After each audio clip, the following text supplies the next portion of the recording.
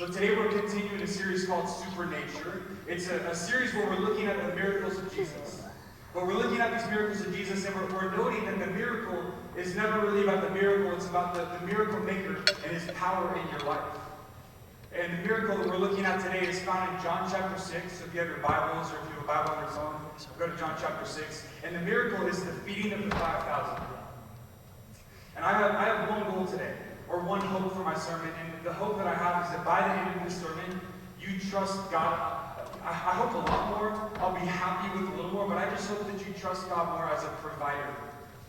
I hope that you have faith that God will provide for you at the end of this sermon. The feeding of the 5,000, it's a crazy story if you've never heard it, but if you have heard it, I learned something interesting about it this week. On your notes, I actually messed up the notes, but on your notes it says the crucifixion and the resurrection and the feeding of the 5,000 are the only stories. It should say miracles. But they're the only two miracles recorded in all four Gospels. So like Matthew, Mark, Luke, John, these are the biographies, they're inspired biographies of Jesus' life. And a lot of them overlap with miracles, but there's only two. The crucifixion and resurrection, which is like what our whole faith hinges on. It's where we get the forgiveness of sins. It's everything. It's why we're here. That one, and then the feeding of the 5,000 are the only two miracles in all four Gospels. And I'm not saying the feeding of the 5,000 is on that story's level, on that miracles level, but I do think it says something significant about what this story can teach us about ourselves and about God. So even if you've heard a sermon on the feeding of the 5,000 like 50 times, I want you to listen, and I want you to look for truth that maybe you've never seen before. And I also want you to hear these truths that you have heard before, and maybe just try to remember them and really believe them deep down in your heart. So what I'm going to do is, all I'm going to do is just go through the story of John 6. So if you'll turn to John 6, I'm literally going to walk through this almost the whole chapter, and then point out where I see some cool things that God has shown me. So John 6, verse 1. It says, Jesus has just crossed to the other side of the lake of the Sea of Galilee, and a great crowd of people followed him because they saw the signs he had performed and the healing of the sick. Then Jesus went up on a mountainside, and he sat down with his disciples, and the Jewish Passover festival was near. And when Jesus looked up and he saw a great crowd, it says of 5,000 men, but people estimate that they only counted men, so this could have been like 20,000 people. So he sees this crowd of 20,000 people coming toward him, and he said to Philip, his disciple, "Where shall we buy bread for all these people to eat?" Verse 6, he asked this only to test him, for he already had in mind what he was going to do. Philip answered him, it would take more than half a year's wages to buy enough bread for each of these people to have a bite. And then another of his disciples said, Simon Peter's brother, spoke up, and he said, "Here's a boy with 5 small barley loaves and 2 small fish, but how far is that going to go among so many people?" So Jesus, he takes the little boy offers, and he asks all the people to sit down in the grass. And in verse 11 it says, Jesus took the loaves, gave thanks, and then distributed to those who were seated, all 20,000, as much as they wanted, and he did the same with the fish. And when they had all eaten enough, like they ate enough that there were leftovers, the disciples went out and they gathered the leftovers so nothing would be wasted. Jesus fed 20,000 people with 5 loaves of bread and 2 fish. And I want to go back to the beginning, verse 5, where the disciples see this problem. Jesus says, "Hey, where are we going to get enough bread?" Verse 5, to feed all these people. And the disciples start going, "Oh my goodness, we have to feed them. How are we going to do this?" And one guy's like, "How much money do we need?" We need half a year's salary. Well, how can we do this? Maybe we can collect everybody's bread or everybody's food, and then we can share with everyone. And they're thinking, how? They need food, but they have no idea how they're going to get it. And I want to take this moment to say that every single person in this room has been in a situation like this where you need something, you have a need, but you have no idea how to get what you need. For them, it was a bunch of food. For us, young adults, it could be like money for a school bill. You don't know how you're going to get it. You don't know how you're going to find a job or how you're going to find a career path that you love. You don't know how, now that you're following Jesus, how are you going to find friends who are supportive and push you towards God? You have a need, but you don't know how to get it. And sometimes the needs are internal. So like, how am I going to get the strength to push through this breakup? How am I going to get the strength to get over this addiction? How am I going to get the strength to get over this loneliness? We all have something we need. And just like the disciples had no idea how to face their future, I have no idea how you're going to get what you need. And I know that sounds really discouraging. Like, I don't know how you're going to get it. But if you look back at verse 5, look back at verse 5 with me. What's encouraging is that Jesus never asked the disciples, he doesn't say, hey, how are we going to get bread? He doesn't say, what method do you have? How are you going to do this? Jesus says, where? Where will we get bread? And I think this is so cool. I think Jesus is making a point for us that the how and the method always change, but the source never will change. Jesus knew where they would get the bread, and it was from him. So I don't know what you're coming in here today. I don't know what you need, and I have no idea how you're going to get it, but I do know where it will come from. God doesn't really work hows. Every now and then he'll tell you how, but most of the time he just says, hey, trust me. And I want us to be like the psalmist in Psalm 121 who says, I lift up my eyes to the mountains. Where does my help come from? My help comes from the Lord, the maker of heaven and earth. The first point on your outline I want you to know is even if you don't know how you'll get it, you know where it's going to come from. That's good. I'm not going to lie. That's good. Even if you don't know how you're going to get it, you know where it will come from. And some of you are thinking, like, why is that good? You didn't tell me how. You just said I know where. And the reason why it's good is because if you know where, if you know who your supplier is, if you know who your source is, and if your source is consistent and reliable, then all you have to do is sit back and relax and trust that he will provide. And I want you to know that your provider is trustworthy. The God who fed 20,000 people with 5 loaves of bread and 2 fish is your provider. The God who created the world is your source. The God who holds the universe together is your supplier. Whatever need you have, God can supply it. And God has a long track record of perfect faithfulness to his people. So I don't know how you'll do it, but I know where your hope can be found. And I don't know how you'll get through it, but I know where your strength can be found, and it can be found in Jesus. God is your provider. God is trustworthy. Those are the 2 points on the bottom of point 1. God is your provider. He's your source of provision, and he is trustworthy. But before we move on to the story, I want you to go back to verse 5, because there's one more really cool thing I want to show you. So verse 5, it says, when Jesus looked up, he saw the great crowd coming towards him, and he said to Philip, where shall we buy bread for these people to eat? He talked about that verse. Verse 6 is what caught my eye. It says he asked this only to test him, for he already had in mind what he was going to do. Jesus takes the time to ask Philip a question that he already knows the answer to. He already knows what he's going to do. So here's a question for you. What if I told you that God already has, so I just realized, I don't know if this is a question. But what if I told you that God has solutions to problems that you don't even know exist yet? What if I told you the area in your life where you feel like God isn't coming through? He already knows what he's going to do. He already has a plan there. He just wants to see if you'll trust him before he gives that to you. What if I told you God already has that school bill paid for, your living situation figured out, your next employer in mind? What if I told you you're going to get married someday, like one day somebody's going to want to date you. You're going to find that person. God has that person in mind. He just wants to see how you're going to respond and how you're going to trust him in the way. I promise you this, God already has a plan for your life, and it might be different from your plan. And that can be annoying, because then you're like, this isn't working out how I wanted to, but God's plan might be different from yours. You just have to trust that the all-knowing God of the universe, who's not bound by time and knows everything about you, has a better plan than you do for your life. Point number 2 I get from this is that God has plans to provide for your needs. That's the main part I want you to know. God has plans to provide for your needs, even if you don't know about those needs yet. When I was 18, I decided to go to Ozark, it's Bible college, all the way to Missouri. And right before I'm about to go to the college, I had my first car. It was beautiful. It wasn't, but I loved it. It was a station wagon, and it had. One time I was on a date, and the door handle broke, so like the door wouldn't open, so I had to climb out the other side. I fixed it though. It opened with a string, so you like push the string and pop it over the shoulder. It was awesome. Also, it ran on head gasket sealing. So like, I had a blown head gasket, and I was like, what do I do? And the mechanic was like, you can't really do anything. You're not supposed to use this stuff, but like, it might work. It worked. And that car ran for 2 years. I just poured it in the cooling system, and It works a miracle. But this car, it was amazing. It died on me right before I'm about to leave for college. And when I'm going, like, not only did I want a car to get around when I was in Missouri, there's this thing called the supply preaching list, where, like, churches from, like, 3 hours away from your school will be like, hey, we need somebody to come preach for us. It's like a church of 15.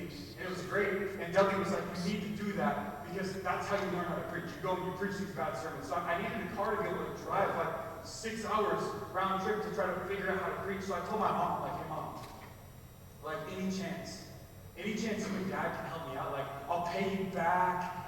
If I sell everything, I can get maybe $2,000, and if you can get a little, I can maybe get a car that can make it there. And my mom was like, I'm sorry, we don't have money right now. Money's tight. And also, like, your sister needs a car too. So then my mom said something that in the moment really annoyed me. She was like, Caleb, just pray. Just pray. Trust God. God always provides. And I was like, Mom, like, I get it. Like, prayer. I'm 18. I'm 18 at the time. I'm like, Mom, I get it. Like, prayer works, but this isn't spiritual. It's practical. Like, I gotta figure it out. Like, what am I gonna do? My mom was like, Caleb, stop. Just pray. And I was like, I'm not gonna talk about it anymore. So I'm like, okay, Mom, I'll pray about it. So I think I prayed like once, but that was about it. The whole entire summer goes by. My mom's best friend's son was living with us, interning here, and she flew out to drive back home with him. And while my mom's best friend was here, they were driving in the car somewhere. I'm in the back seat, they're talking, and my mom's like, just telling her about what's going on in her life. Yeah, Taylor, who's my sister, Taylor needs a car, and the best friend interrupts her. What? Taylor needs a car? You know, like, I have a car at home that I never use. I'll just give it to you guys. And I'm sitting in the back seat like, what the heck is going on? And then I'm like, man, I wish my mom started with my name, because then I'd have a car right now. But then my mom's like, oh, this is so great. This is God always provides. This is so good. Now we need a car for Caleb. And I was like, okay, she got to my name at some point. And then the lady goes, oh, Caleb needs a car too. I mean, I was about to trade my car. It's total, but like, it has a good engine. It's not going to get it, so I'll just give you that car too if you want it. And I'm in the back seat like, what the heck? My mom just got given 2 free cars in one conversation. Like, how does that? And my mom looks around at me, she's like crying because she's super spiritual, and she was like, see, Caleb, God always provides. God always provides. Just pray. Just trust. And in that moment, I learned a few things. First off, my mom is still always right. And second, I learned that maybe I should trust God a little bit more to provide for me. I don't know how you'll get it, but I know where it will come from. And I also know that God already has a plan of how He's going to get it to you. He already has in mind what He's going to do. And coming back to the text, coming back to John 6, His plan here is to use what a little boy offers. This little boy comes and he offers 5 loaves of bread and 2 fish. And Jesus says, hey, thank you so much. Thank you for offering this. And He takes it, and He breaks it, and He feeds 20,000 people with it. He made it work. And it ended up being more than enough. Not because what the boy offered was enough, but because Jesus was enough. He's the source. He has a plan. And whatever you give Him, He can multiply. And that's the third truth I want you to know from this story. God provides by multiplying what you give. God provides by multiplying what you give. What if, this one's actually a question. What if what's limiting God's provision in your life is your tight grip on everything that you think is yours? What if what's limiting God's provision and blessing in your life is your tight grip on everything that you think is yours? I want to tell you, don't wait until you have more money to start being generous. Don't wait until you have more time to give to Jesus to give Him any. Just give Him something to work with. I've learned this to be true in so many areas of my life, and it's so weird, but it's just true. The tighter you hold on to your money, to your time, to your energy, the less it can grow, the less it can multiply. Proverbs, which is the book of wisdom, 11:24-25 says this. One person, they give freely, yet they gain even more. Another withholds unduly but comes to poverty. A generous person will prosper. Whoever refreshes others will be refreshed themselves. And please don't misunderstand me. I'm not giving you a formula for how to get rich. I'm not telling you, you give $100, you're going to get $150, $200 back. I'm not saying that. I am saying God will multiply what you give. So if you give $100, hey, I've seen it happen where you might get money back, but I think more likely what will happen is you'll give money and you'll realize you still have enough. And then you'll get this trust and this faith in Jesus that is worth more than any kind of money. I think if you give your energy to volunteer at the church, and you say, hey, I'm gonna volunteer with the children, I'm gonna volunteer in youth as a D group leader, I'm gonna go and I'm gonna greet people when they come through the doors. I think if you give your energy to do that rather than try to sit at home on your day off and just watch Netflix, I think you'll end up with more energy. I believe that because it's happened to me. Recently, let me tell you something about myself. I really like being alone, like to a fault. Like I can be alone all day and be happy. I'm super introverted, and recently I felt like God was saying to me, like I have a day like where I want to be alone, and I have that set aside. But on top of that, like every day after work, I was going home, I was just being alone. I was doing this for months, and I felt God saying to me, like, hey Taylor, I created you to love me, but I also created you to love people, and you're not going to be able to love people if you're not ever with people. I was like, okay, like I'll start trying to say yes to people more often. So what I did is I didn't get rid of all boundaries. This is just me. I kept that one day. It's like 6 hours on my day off that I'll be alone for the most part. But then every other day, I tried to say yes whenever anybody asked me to do things. Even if it was late, I hate staying out late, but even if it was late, I would stay out late, and when people said, hey, can we get coffee? I'd say yes. And I would ask people to coffee. And I've been doing this for like 2 or 3 weeks now. And I have somehow ended up with more energy and joy than I've had in such a long time. And I don't get it.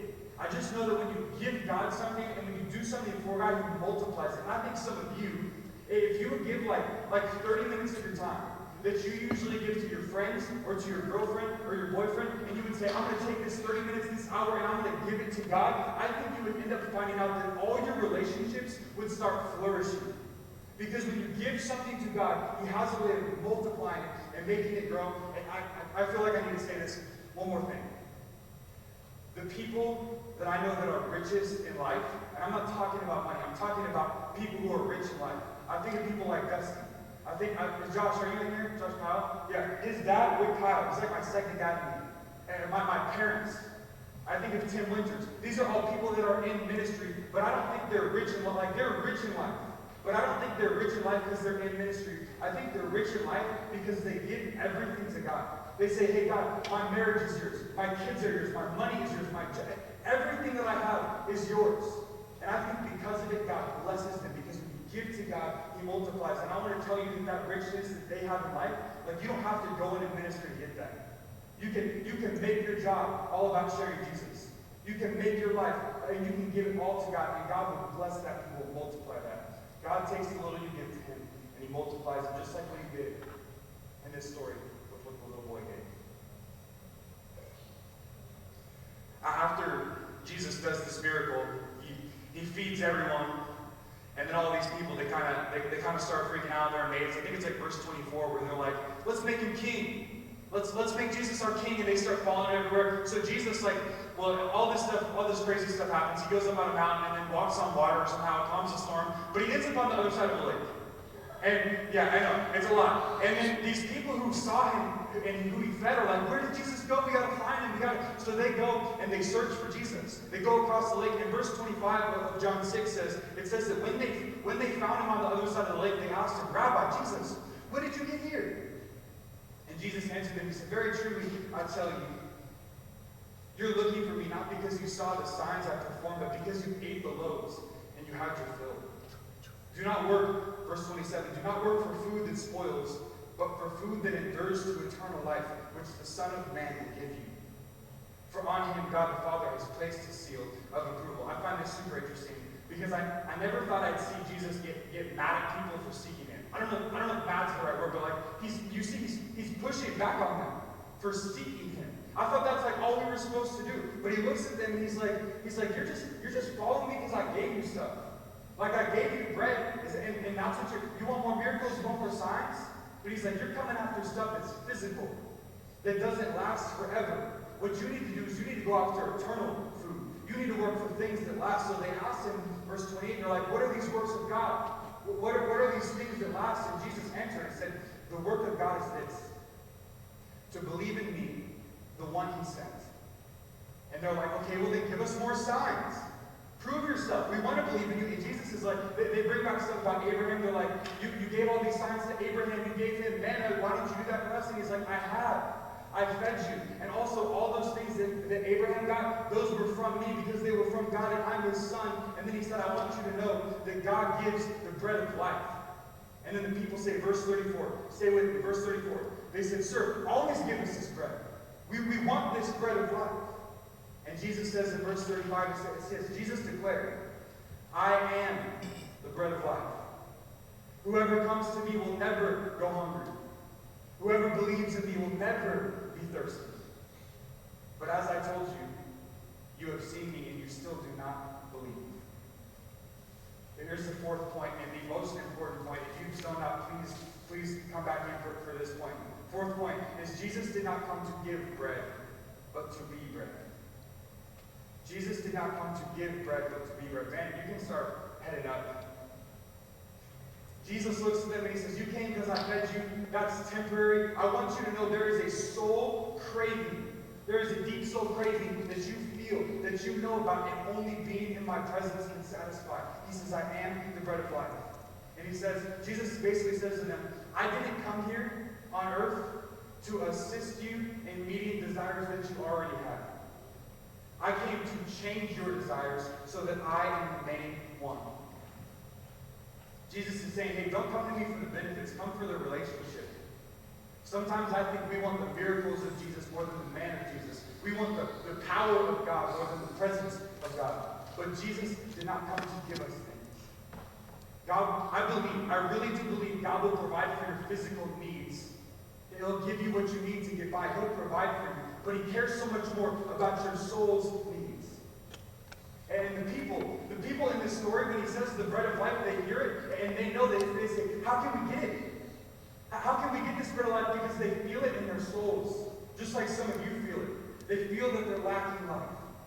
They have a soul deep hunger for joy, for peace, for meaning. And so they say, give us this bread. And Jesus says, I am the bread. You get the bread by believing in me, by coming to me, by knowing me. And listen to me. I think this is why so many of us have such a hard time experiencing full satisfaction in Jesus. Because we show up expecting him to give us something. We show up saying, hey God, I have these desires I want you to fill. And Jesus is saying, until I am your main desire, and until you show up just to be with me, no matter how many wishes I grant, you won't ever find life. How do you feed on the bread of life? How do you find satisfaction in Jesus? You get the bread of life by coming to Jesus and wanting nothing but him. So many times in my life I've been like, Jesus, I don't feel satisfied, man. I know you're the bread of life. I don't feel satisfied. I'm in your presence. But why do I feel satisfied? And I recently heard Jesus say to me, because you're not here for me. You came here. You came to me to try to get something else. When you come for me, and when you come only for me, and only for my presence, and only for a relationship, that's when you feed on the bread of life. When you want nothing but Jesus, that's when you find satisfaction. At least that's when you're on the road to satisfaction. I think of that quote. I don't remember who it is. I should have looked it up. But it's like, Jesus, I don't want you. I don't even want to want you. But I want to want you. And I believe if you can say that, if you can say, God, I just want to want you only, you're on the road. You are on the road to satisfaction in Jesus. For others of you, like if you've never really heard of Jesus, but you felt that in your soul, like you felt that hunger, and you don't know who it is, you're like, you've been searching for this satisfaction, but you don't know where to go. I want to tell you where you go is Jesus. I heard this powerful story about Helen Keller. She's deaf, she's blind, but she had this teacher who taught her like how to communicate by doing signs in her hands. And when she learned how to talk, they hired this preacher to come in and teach her about God. And with the help of the teacher and the preacher, they taught her about God's love, about his grace, about how he's always with her. And when they were done teaching her, she said back to them, oh, I already knew there was a God. I could feel it. I knew he was there. I felt that there was something more. I just didn't know what his name I want to tell you, if you've been feeling that, feeling like there's something more, searching for something more in life, searching for meaning, the place you find it, his name is Jesus. He is the bread of life. So how I want to end right now is I want us to practice feasting on the bread of life. And I think you do that by just telling God you want him and nothing else. God, I just want you.